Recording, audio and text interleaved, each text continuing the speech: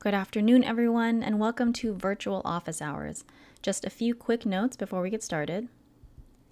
Feel free to chat with one another. We'll be checking the messages you post as well, so feel free to leave us questions. We know that you will, but please be respectful of all members of the Colburn community. If you have any feedback or questions about today's event or future events, feel free to email us at parents@colburnschool.edu. And finally, thank you for joining us, and please enjoy the show. Good afternoon, everyone. This is Virtual Office Hours, our monthly pop-up for the Colburn community, where we can share news, events, and most importantly, performances. I'm your host, Michelle Yamamoto, the manager of Alumni and Parent Relations here at the school. So today, in honor of Women's History Month and just in honor of women generally, we'll be screening women-centered performances from our students in the Conservatory of Music, the Community School of Performing Arts, and the Music Academy. We'll also have a short chat with Dr. Christy Brown Montesano about women in the performing arts and most specifically in opera. It was a great conversation, so I'm really excited to share that with you. But first, we'll do our roundup for March, and we'll look ahead to what's coming up in April. After that, we'll go to the interview, and then it's just performances. So let's take a look back at our March. In March, we hosted an exclusive film screening of Land and Sky, the inspiration of Tippett Rise, which opened with a live conversation between Tippett Rise co-founders Peter and Kathy Halstead, filmmaker Hamid Shams, and President Salkardan. We also hosted 2 masterclasses, one with trumpeter Tina Ting-Helset and a second with flutist Elizabeth Rao. We premiered the second concert of our Next Up concert series, which was called Eclectic Classical, and it featured brass chamber duo the Two Gabagols. You can view it now on our Facebook and YouTube pages if you didn't have a chance to catch it already, and it's a really fun performance, so I hope you'll have a chance to watch it.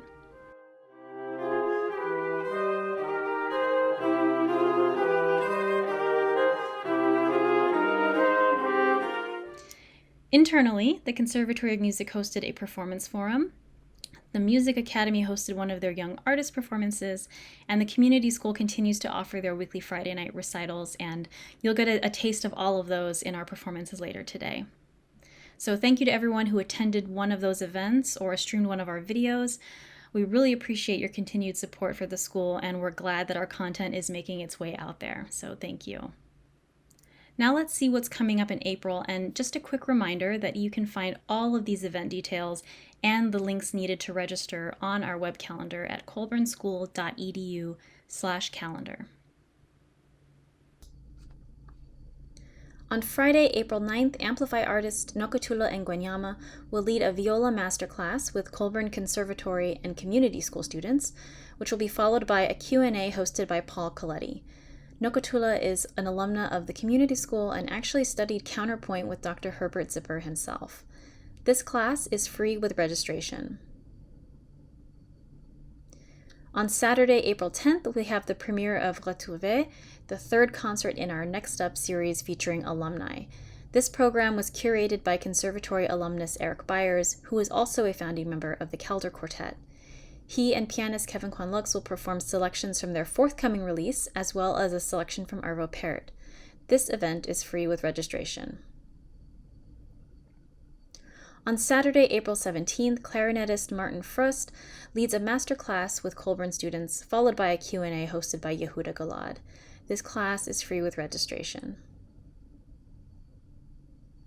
And of course, wouldn't forget this one, on Saturday, April 24th, we'll host our last virtual office hours of the semester, nay, the academic year, so please don't miss that. So the details are still coming together for the public release of a film called The Way Forward. So this film took shape as the COVID-19 pandemic swept the world and quickly imposed a new reality for musicians and dancers. In March of 2020, the Colburn School began to reimagine the traditional performance-going routine as a new cinematic experience. Faculty, alumni, and students from all units of the school, as well as guest artists, were enlisted to help realize this new vision. Under the guidance of filmmaker Hamid Shams, The Way Forward was filmed around the world, from Finland to Australia, Spain to Los Angeles, Spanning jazz, classical, vocal, and dance, this film reimagines the concert going experience for the digital age. There will be more details on this release date coming later in April, so please keep an eye out on our website and social media feeds for that. And just to whet your appetite, here is a short trailer for the film.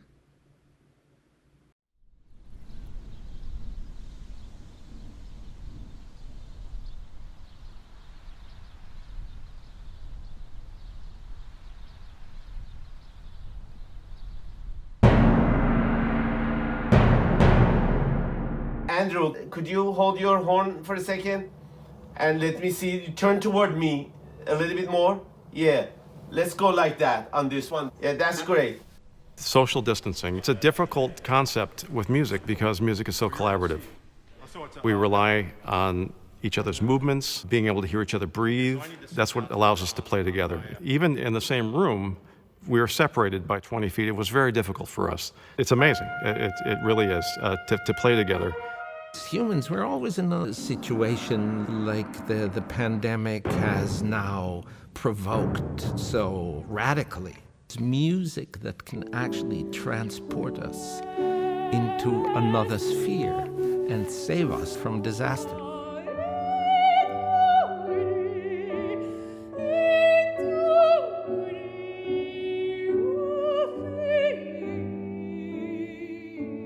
The way forward is always despite, or rather in spite of, all the hindrances.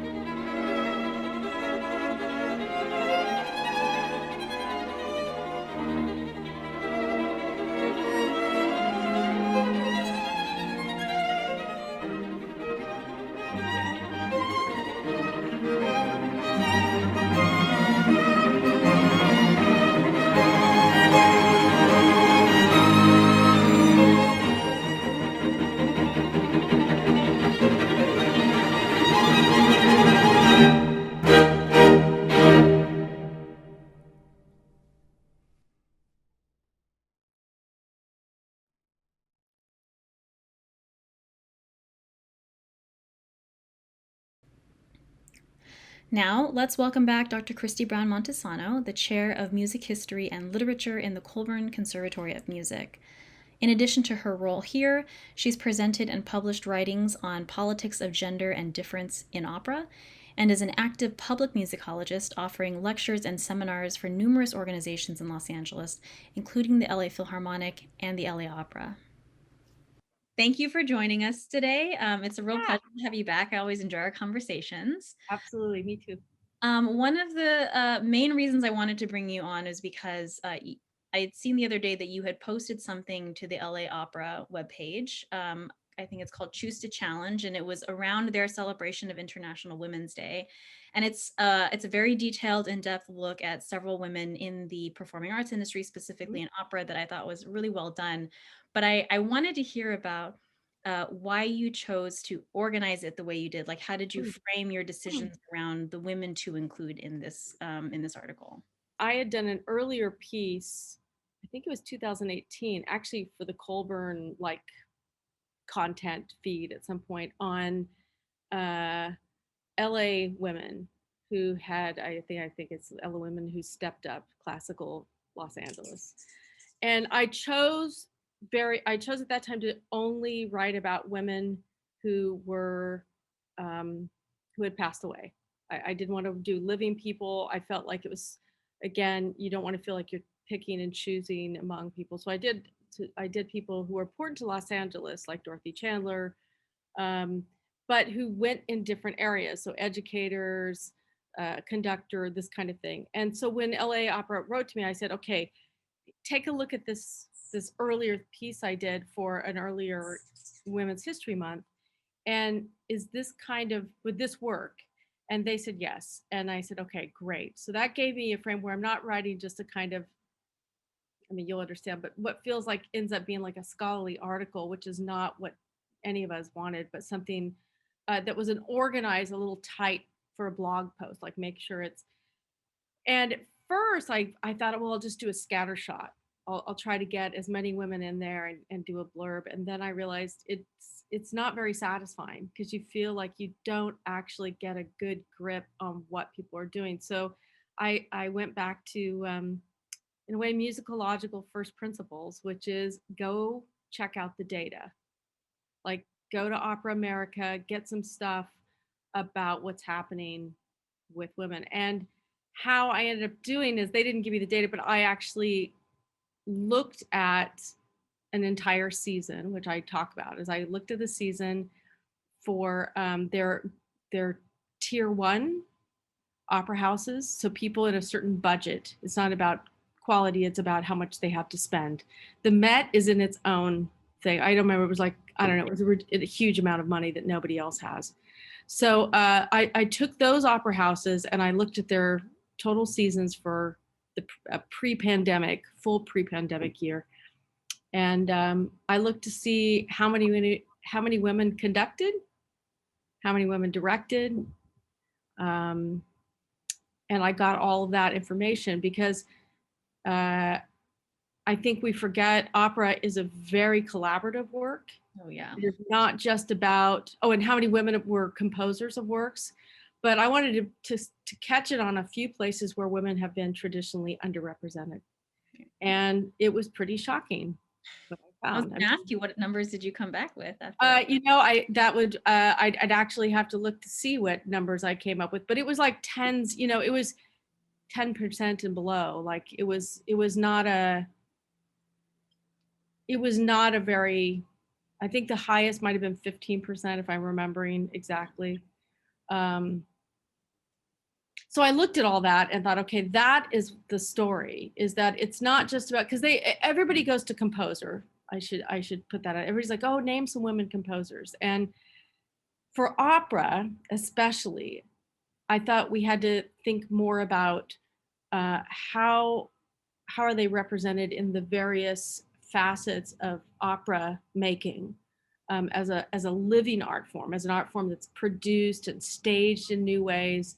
And then also to consider even how singers are changing, because opera very quickly objectified women. The prima donna is a thing, and so they were both celebrated, but also weirdly objectified, as they are with the stories. I mean, canonical opera, it's not exaggerating anything to say most of the time the women are there to die or suffer, and so they will be betrayed, they will die. Their job is to forgive, or to give up, or to sacrifice themselves. So those are big: to love, to forgive, to sacrifice yourself. And so I wanted to look at that. I mean, the LA Opera, I have to say, they were great, because I asked, is it okay to bring this data? And they said, absolutely. Data is real. Engage with it, bring it to us. They did say try to bring some sense of optimism, like why we're celebrating women. And the first draft I give, and I give this a great shout out again for working with them. It's wonderful to have collaborators in a major performing organization like this, really responding. And I put out a draft, and they wrote back and like, wow, we're a little concerned about the end of the intro. I had thought they might say, oh, this is pretty hard hitting, and this is, and they were like, I'm gonna force the niceness too much. Like they were just like, you don't have to paste the smile on too much. You can, and I thought, well, a little bit. Hallelujah, thank you, because it felt like I was trying to do that in order to be that. But let's look at the happy part of this. And they're like, it's okay. You don't have to. You can.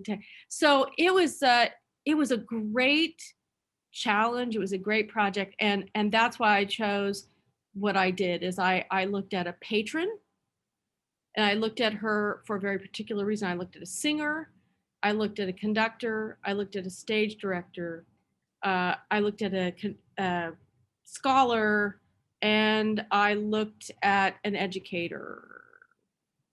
So I think I was trying to get everything in there to give, composer. So I chose carefully. I tried to bring some some diversity to the voices, both in age and racial demographics and different types of experience.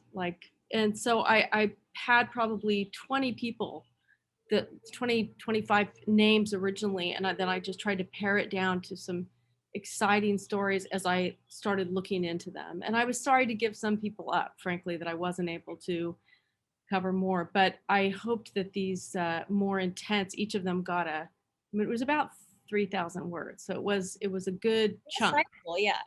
Right.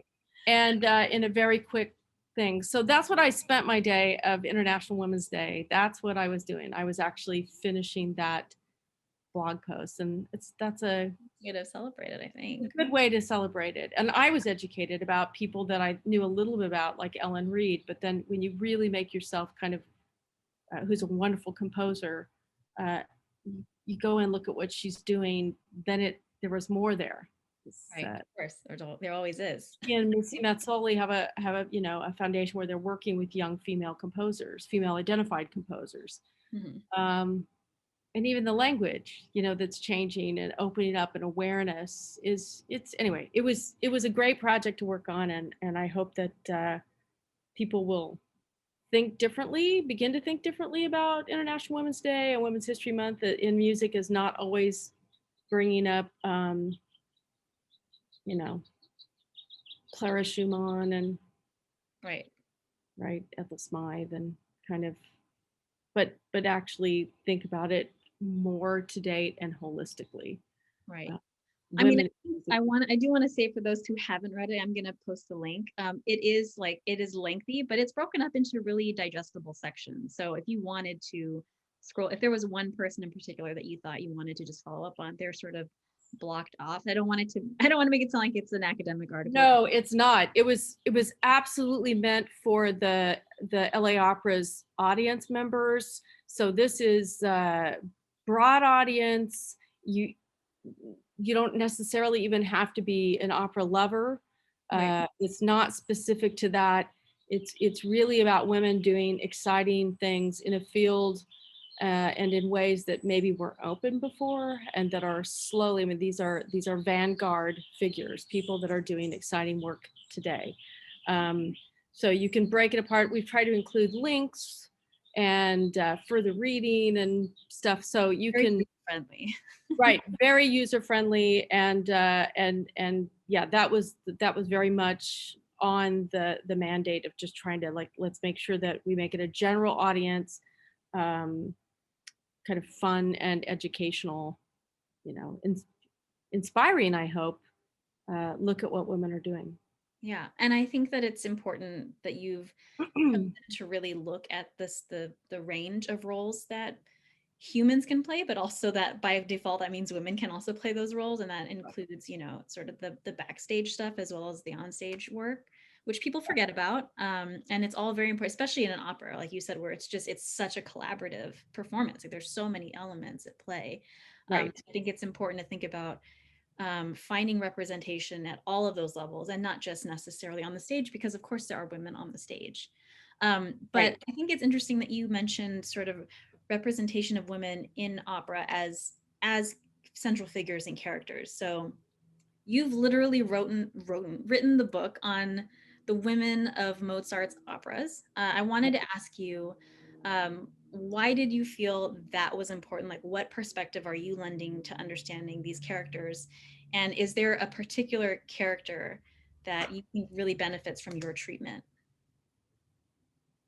Yeah, I mean, I don't think I understood when I started that book, which was actually the dissertation before the book. So it goes back to my roots as a grad student.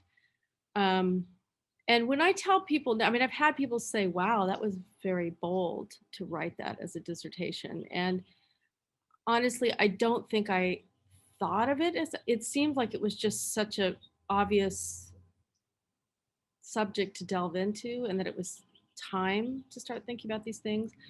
But the reason that I got into that is I took a Mozart opera class and a seminar, and I really love I really love the musical language. So first I was attracted to just Mozart's operatic language.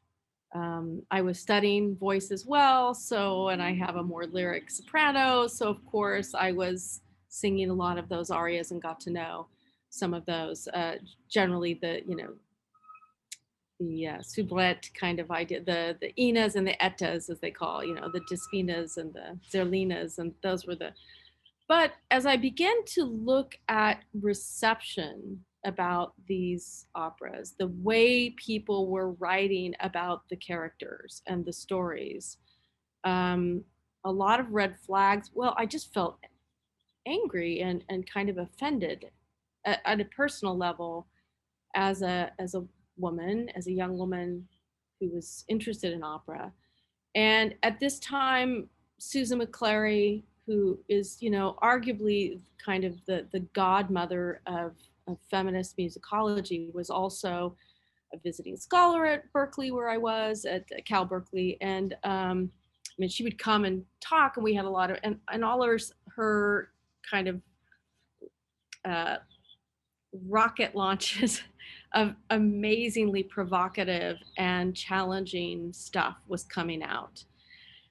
And so with that in one mind of like, okay, we can talk about these. And I should put this in the context of I never had a female identified music history professor at the places where I went to school who I worked with. I mean, there was nobody in my undergraduate class that was undergraduate university who was a musicologist and a woman who was a regular faculty. Like there might have been a visiting coming for a semester for something in these things. And the same thing with Cal Berkeley at that time. Mm-hmm. So when I say that it was you have to understand the context of there. Right. I just realized I'd never had an actual mentor who was a woman who I might be able to share a certain experience of being with, right? It was all of that made sense, right? That I would then go and this would attract me as a singer, as someone who loved Mozart and was attracted to the musical language. And then I found this problem. And when I say things offended me, I mean, the one I usually quote, but it's a good example, was this Oxford University Press book called the Operas of Mozart, which in 1991, which is when this is the Mozart year, and I'm starting to come up with my idea, was recommended by the Met as reading for Don Giovanni. It was recommended reading by the Metropolitan Opera in 1991. And Don Giovanni has the character Donna Anna, who is the character that the first scene we see, Don Giovanni has snuck in a mask into her room. And we hear screaming, and his servant Leporello is like, oh God, he's done it again. And reading what this author, William Mann, had to say, so he's an opera scholar, was something effective. She only loves lap dogs and horses. Like, I don't even know where that comes from. And I thought there is something very wrong with that. And then I started looking at other things, and it was there everywhere. Like, this is how people spoke about Donna Anna in more couch terms. And I thought that there's something wrong with this. Like, this is not correct. So it started with Donna Anna, because I felt like that I want to get into the historical, what existed before, what was Da Ponte, the librettist looking at what plays existed, what kind of Donna Anna characters were there before, how did they change that? What actually happens in the music? Where is the evidence for what William Mann is talking about? Where is the evidence for this kind of harshness? And I really took that to heart. So that was where it started. It's interesting, this sort of argument, like, well, that's how it was done then. It's sort of like a product of its time, but you would always sort of wrestle with something within the context of its own time period. I think that's a totally fair thing to say. And you can also, I think that while there's always issues when you try to re-envision very traditional, or what people consider very traditional artifacts or Mhm. forms or routines or whatever it may be, there's always going to be pushback. But I do think that, especially in an art form like opera, I think it really draws on creativity. I think you have to, if you're not going to cancel this opera and just never perform it again, which I think may be an option for certain operas, depending, of course, on everyone's personal Right. opinions. But what can you do then? Like, where is there room to play where you can sort of respond to the issues that you're seeing? I think that in a way, it's like an opportunity to like recreate and to sort of remix. But again, people don't always Well, respond well to that. our kind of uh, calcification, our monumentalizing of pieces can sometimes, in protecting the artwork, you end up actually hindering its ability to move forward with Right. time, especially with things like opera, because production is part of it, and things we have ability to do technologically things with opera scenery and staging that, frankly, Oh yeah. dreamed of, right? They had to do it much more kind of old school ways when you wanted to quickly change. I mean, projection is a huge part of it. I think classical music in general is very, very concerned, a little reactionary, and we've taught our audiences to be reactionary about changes, Right. tempo, and and the fact is, what's interesting is at the same moment people will say, well, that was then, this is now. They'll try to say, but the work is timeless. It's like, no, Well, yeah. you can't. I see what you're doing. That's the problem, is that when there's story, usually it's not timeless, and it does require some mediation of Right. trying to understand. I mean, even when we look at the language of Shakespeare, sometimes we need to be informed and we need to figure out how to put that forward. So, I mean, and then also time is an element, right? Like maybe for the first 200 years after something's, after it's composed, it feels very timeless. But if you get 400, 500 years out, then you have to be open to that kind of it's it's a thing. re-examination of it. Yeah. And we've reached a critical place with that, with classical music in some place, because we are getting further and further from the core kind of common practice 18th 19th century, Right. now early 20th century. The second half of the 20th century is still not figuring. I mean, it still hasn't entered that absolutely only these are the big composers. We're still shaking that out, which is correct. We're still too close to it. But this idea of that this is the canon is also a problem, right? So I think in general we have to learn that the repertoire can survive and thrive more than we give it credit for, Yeah. with new changes and new ideas, and playing with it, literally being able to. So I hope that will continue, because I think it is crucial toward, to actually bolstering that claim of timelessness, right? Right. Without becoming, um, ideological, right? A forced kind of mandate. You will say this is timeless and it is great, right? And that's, instead of being kind of freely chosen. Change can be a very healthy, new air can be very healthy for a tradition.